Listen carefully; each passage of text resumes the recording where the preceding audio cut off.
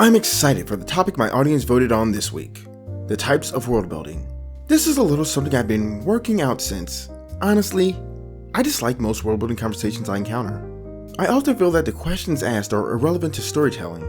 Good example, I don't care about the hypothetical specifics of air circulation or climate maps when it comes to stories.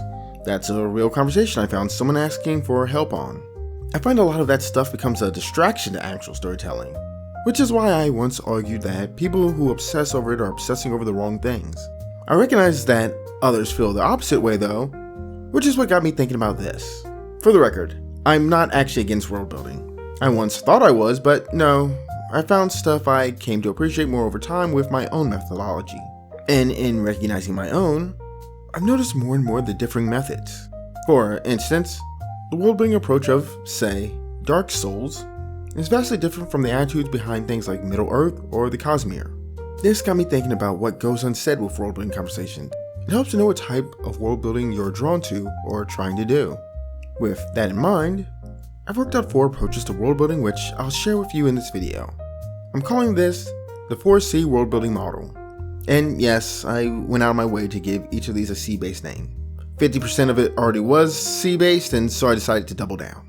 Anyway, this will be an overview of things. If you want me to go into greater depth, do things like support the channel, such as liking the video, commenting, and sharing it in places where other writers frequent. The better this does, the more likely I'm to build on it in video format. Now, let's begin. 1. Covert Worldbuilding. Covert Worldbuilding is an approach where the details of the world are revealed indirectly through context, dialogue, and character actions, rather than through explicit exposition. This method relies on minimalistic descriptions, encouraging the audience to infer and piece together the setting using their imaginations. Common features of covert worldbuilding involve environmental storytelling, where the world itself provides clues about its history and culture through visual details, character interactions that reveal societal norms and historical events, and the use of items and artifacts that hint at a broader world. By focusing on these elements, covert worldbuilding creates a rich and immersive experience without the need for detailed explanations. One of the primary strengths of covert worldbuilding is its ability to engage the audience's imagination. By providing minimal exposition and allowing details to be inferred, it invites active participation in constructing the world, which can make the experience more personal and engaging. This approach also maintains a strong narrative focus, keeping the story strongly centered on characters and plot without getting bogged down with extensive worldbuilding details. Additionally, covert worldbuilding can add in a layer of mystery and depth to the story, as the audience pieces together clues to form a richer understanding of the world. This method enhances immersion, making the setting feel more organic and lived in. However, covert worldbuilding also has its weaknesses. It requires a high level of skill to weave worldbuilding elements seamlessly into narrative without confusing or losing the audience. If not executed well, it can lead to ambiguity, where crucial details are too obscured, resulting in a lack of clarity about the world. This approach also limits the amount of detailed information that can be conveyed, which might leave some craving more context or in background. Furthermore, the reliance on indirect clues means that covert worldbuilding may not be as effective for stories that require a clear and detailed understanding of the setting to fully appreciate the plot and character motivations. 2. Contextual Worldbuilding. Contextual worldbuilding provides broad strokes and essential details to establish a sense of place and culture, focusing on the elements that directly support the narrative. This approach ensures that the world feels real and coherent, offering enough context to make the setting understandable and engaging without delving into excessive minutiae. Common features of contextual worldbuilding include a high-level description to outline major political entities, social structures, and cultural practices, selective detailing that highlights important aspects relevant to the plot, and expositionary dialogue where characters discuss the world's history, politics, and society. Environmental storytelling and visual aids, such as maps, also play a significant role in providing context and enhancing the audience's understanding of the world. One of the key strengths of contextual worldbuilding is its ability to provide essential context that supports the narrative without overwhelming the audience with too much information. This approach ensures that the story remains clear and focused, allowing for a brisk narrative pace. By highlighting relevant details, contextual worldbuilding enhances plot and character development, making the world feel real and interconnected.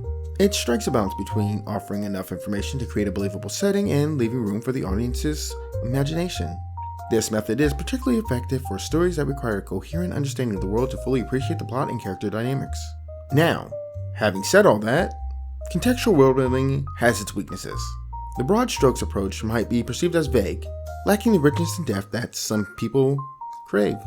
By focusing only on the most essential details, there's a risk at the world feeling superficial or underdeveloped.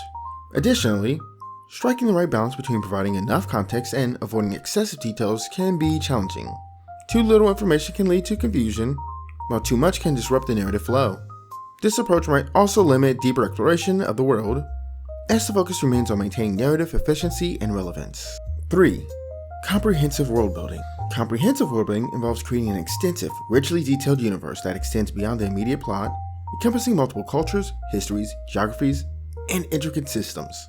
This approach includes developing detailed backstories, interconnected elements, and often supplementary materials like maps, glossaries, and appendices to provide further depth and context.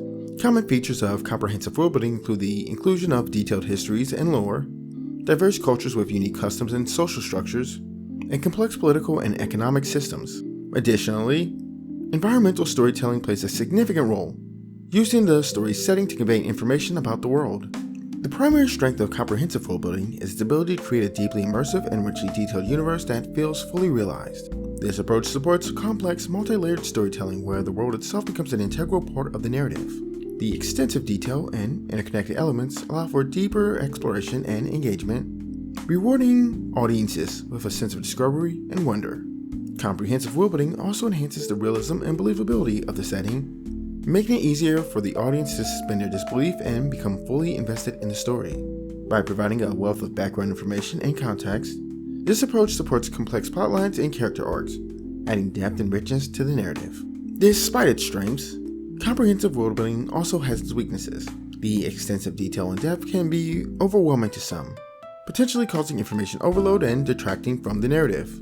The focus on detailed worldbuilding can slow down the narrative pace, making it feel sluggish or bogged down by excessive exposition. Additionally, the complexity and interconnected elements can make the world and story harder to follow, potentially confusing those who struggle to keep track of all the details. Comprehensive worldbuilding is also resource intensive, requiring significant time and effort to develop a fully realized world with intricate details, which can be challenging for creators with limited resources. 4. Continual worldbuilding. Continual worldbuilding involves creating a world that evolves and changes over the course of the story, with social, political, and environmental elements undergoing significant shifts. This approach emphasizes the impact of these changes on character and plot, creating a sense of ongoing progression and realism. Common features of continual worldbuilding involves evolving political landscapes, where alliances and power dynamics shift based on the events of the story, environmental changes, such as weather patterns, natural disasters, and seasonal cycles that impact the world, and social transformations, where cultural and societal norms evolve over time. Additionally, with video games, player choices often drive these changes, making the world feel responsive and alive. One of the primary strengths of continual worldbuilding is its ability to create a sense of realism and progression, reflecting the natural evolution and change found in real life. This approach deepens character development by providing new challenges and opportunities for growth as the world evolves, making characters' arcs more dynamic and intertwined with the setting. Continual worldbuilding also enhances thematic depth, allowing for the exploration of themes related to change, adaptation, and the impact of times on societies and individuals.